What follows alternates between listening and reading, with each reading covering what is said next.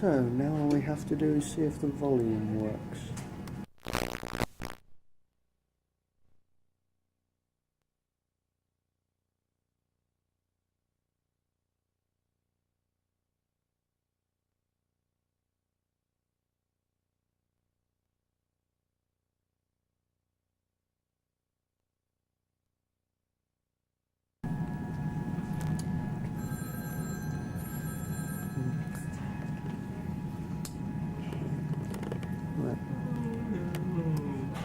Hey Lucas, yeah. Can you say something so I know whether the sound is working on this beastie or not? My name is Lucas, and we're waiting to go inside here. That's...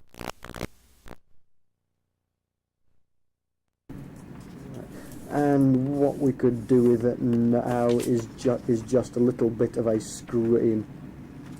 Ah! And maybe a bit better scream than that. Ah! Lovely.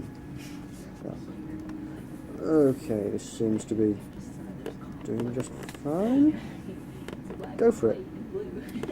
So, of course, when we presented the idea of the space shuttle to Congress, we made the point that we would be able to launch the space shuttle, each space shuttle orbiter, once a month. We'd expect to have 5 of them. We'd have 60 launches per year, each one carrying 60,000 pounds of payload, 3.6 million pounds of payload each year. Obviously, after a few years' experience, the cost of launching payloads into space would be down to nearly nothing. People wouldn't even bother to send a bill. Cheapest form of access to space ever developed by, or conceived of by mankind. Is that sufficient? Yeah, that's fine.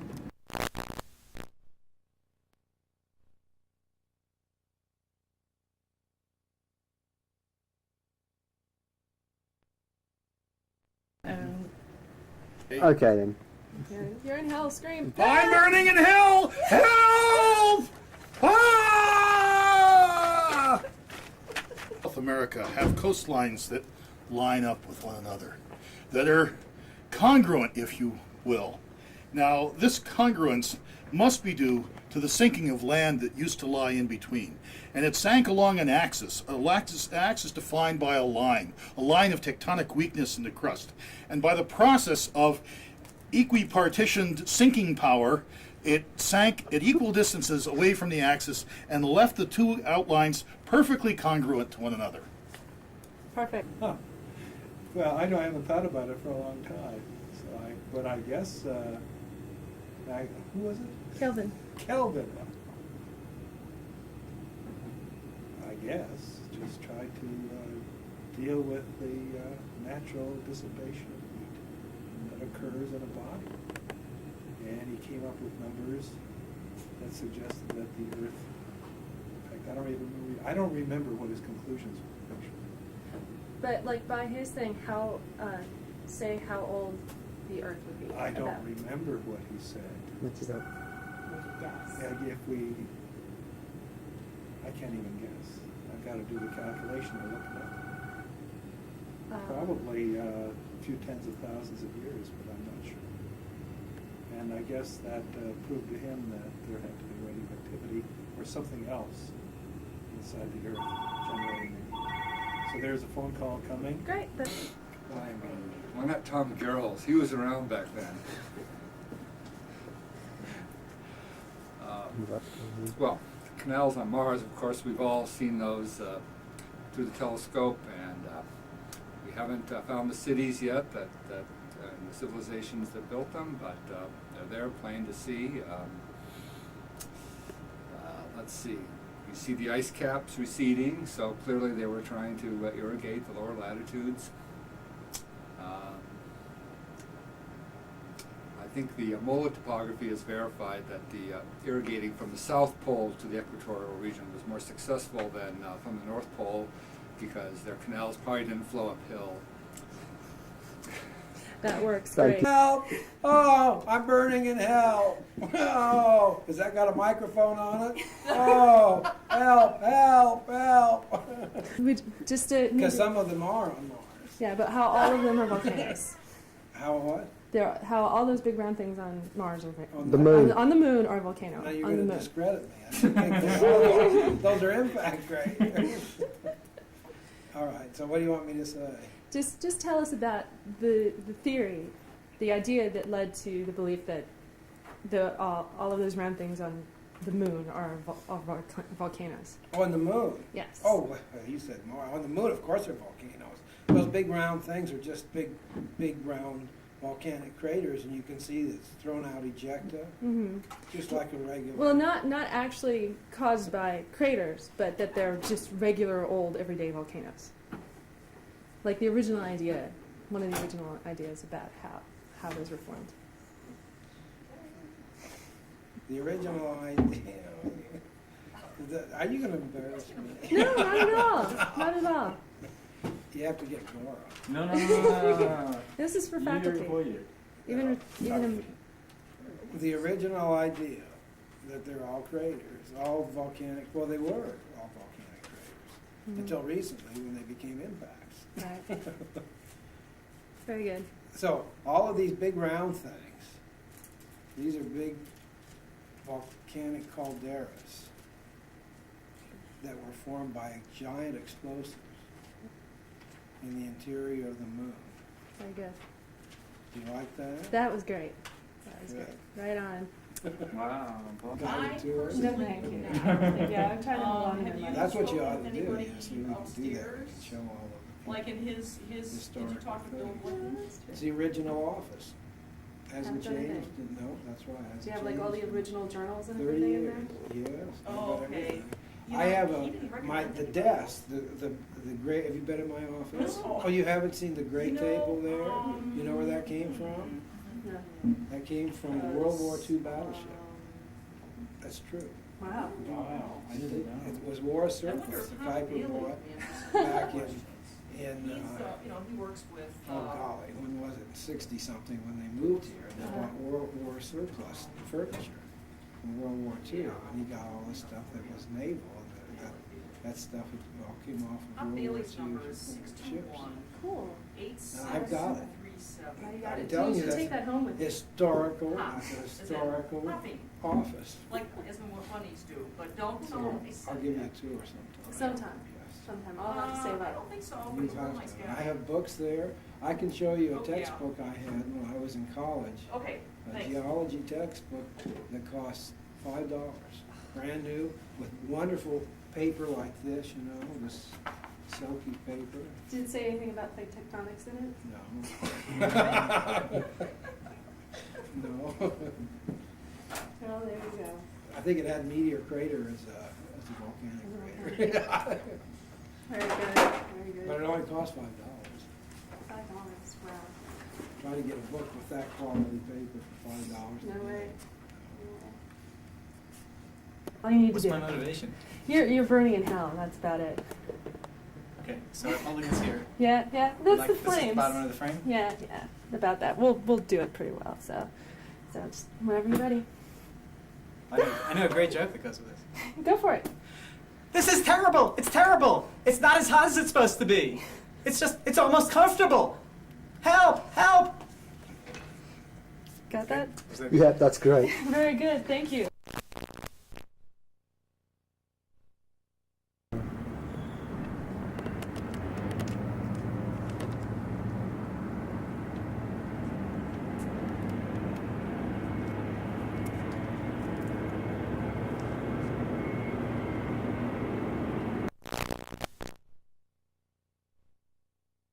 Skate around and get out, Yeah, right? excellent. Good. All right, here we go.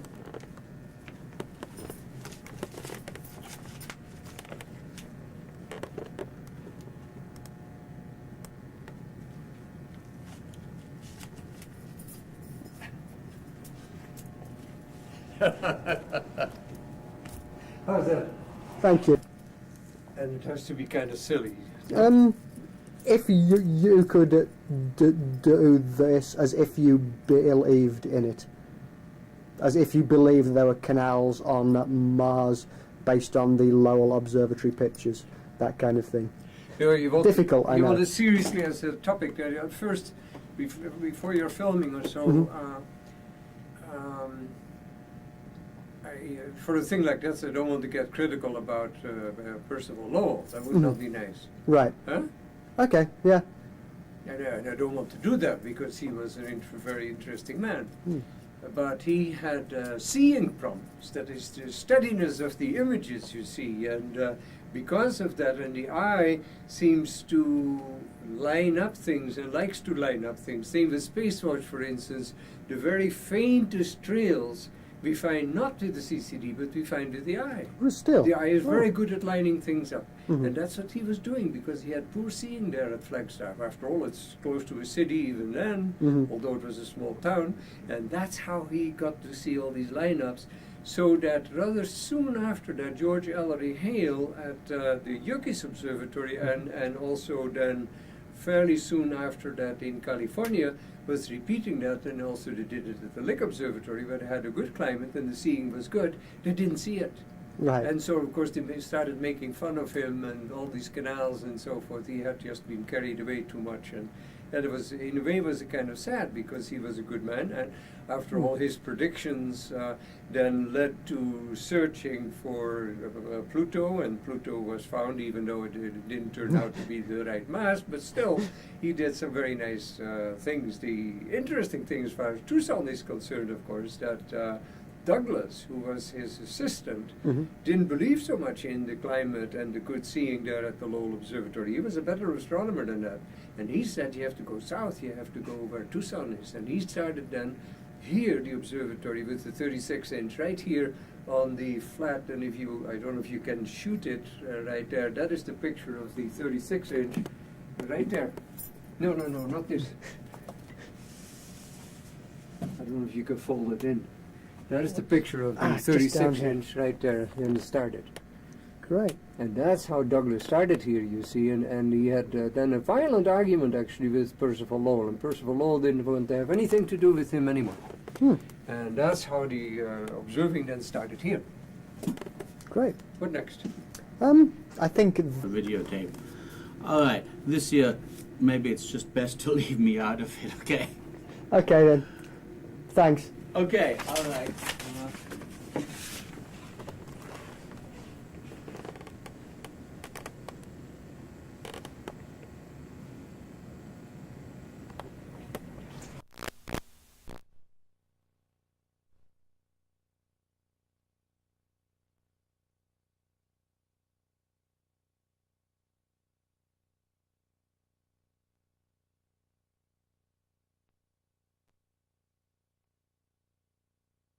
Bring some agony out if necessary. You ready? Yeah, sure. How's that? That's good. And it's on planet X. Like, pretend you've got these irregularities in Neptune's orbit that people thought they had at the beginning of the century.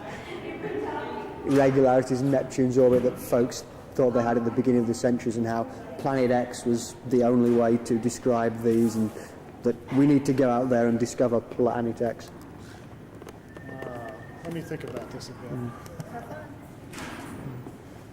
It's strictly going to be about Planet X, huh? Yep.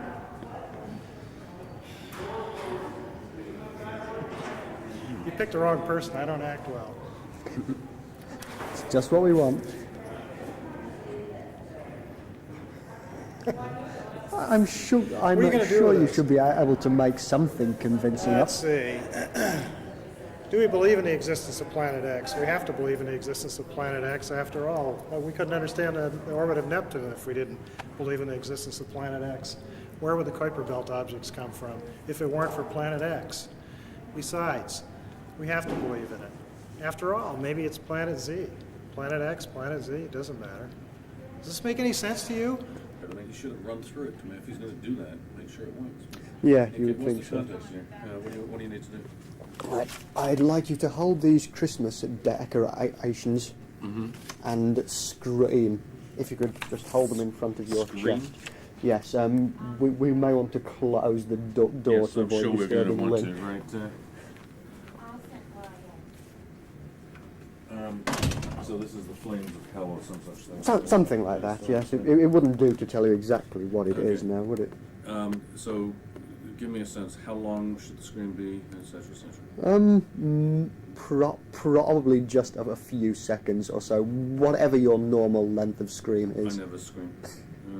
And a look of fear, a look of pain, or, I mean, it's hard. You're going to smile, right? Anything like that Okay. would be great. So tell me where you want it, first of all. That looks about right. Back here or out here? Where you have it at the moment Okay. looks fine. Let me know when you're ready. Okay then. That's quite an impressive scream you have there. You must have been practicing. I didn't know you wanted to do that, but okay, there you go. Is just, hold on a second, I'm going to scoot back a little bit. I just want you to turn around. Turn around. And then smile at the camera. Very good. Thank that you.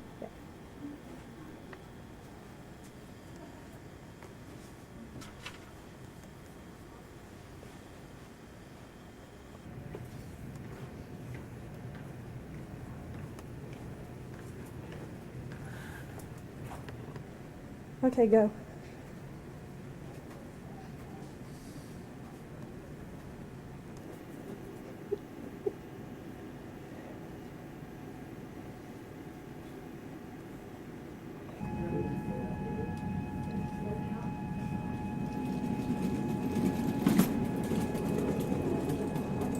Game kind of 12. I mean, like, am I looking at something or just demonstrating my brilliant attire? I mean, is that what you want? Can you give me a generation game at 12, please? Oh, it's kind of like that. Excellent. I can see that you're a natural at that. I think I have to see that and take you off. Available? I'm afraid I have lots of Christmas skit stuff to do this afternoon. I need help. Is there anybody available? I'm not Please? sure what people are up to this afternoon. You might like to walk down that corridor and ask people. Knock on doors. Yeah. Yeah, please, I need you because I Yeah, have we'll the walk garland. down there, Betty, and knock on I doors. found another extension cord. Hi, everybody. Can you give us a twirl? Back from. Can you give me one more, please? I was still spinning around just as you began. Just a moment. Yes, of course. Just a minute. I'll give you a twirl. Is this going to be in a Christmas skit? No, never. Definitely not. You Nothing to do promise? with Christmas You skits. promise? No.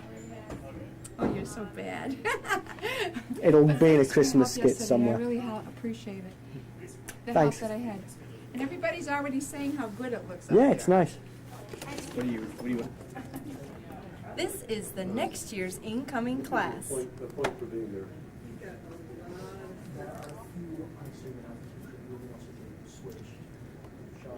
Oh, no, say go. Go. Hey Josh, check this out. Bob Papalardo published his paper on analytical... Hold on. All right, go. Hey Josh, check this out. Bob Papalardo published this closed-form analytical solution to the three-body problem. Oh, wow. All right. Good. Have you heard the news? Mike Drake's coming along on the next field trip, and he's bringing his own vehicle. Oh, well, that's great. I've heard he's a pretty good driver. Okay, go for it. This is stupid. I can't believe we have to do this every day. Yeah, we only get a 45-minute lunch, too. 2 15-minute breaks. Let me show you a Now trick. everyone hate this stuff. Everyone knows why I'm slacking now. Damn it, it's not easy to do.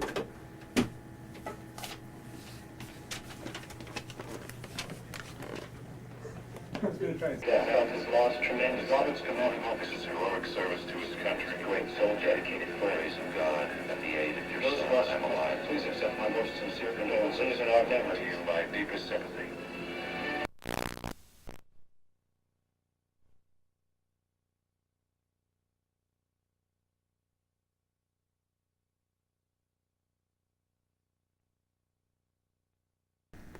All right. Go.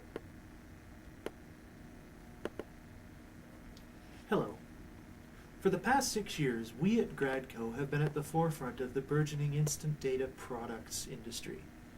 In that time, we have been responsible for more production and distribution of instant data products than any other player in the field. Well, this year, we're upping the stakes. That's right, Gradco is pleased to announce its new Instant Discovery Mission program. For a mere $165 million, here's what you get. You can partner with any of these leading aerospace industry manufacturers to launch a spacecraft mission to any one of these enticing planetary bodies. On that spacecraft, you'll be able to fly any number of important scientific instruments.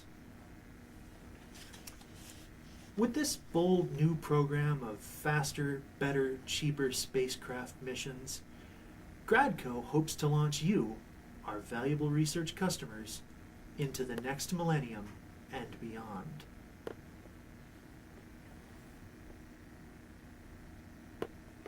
Perfect.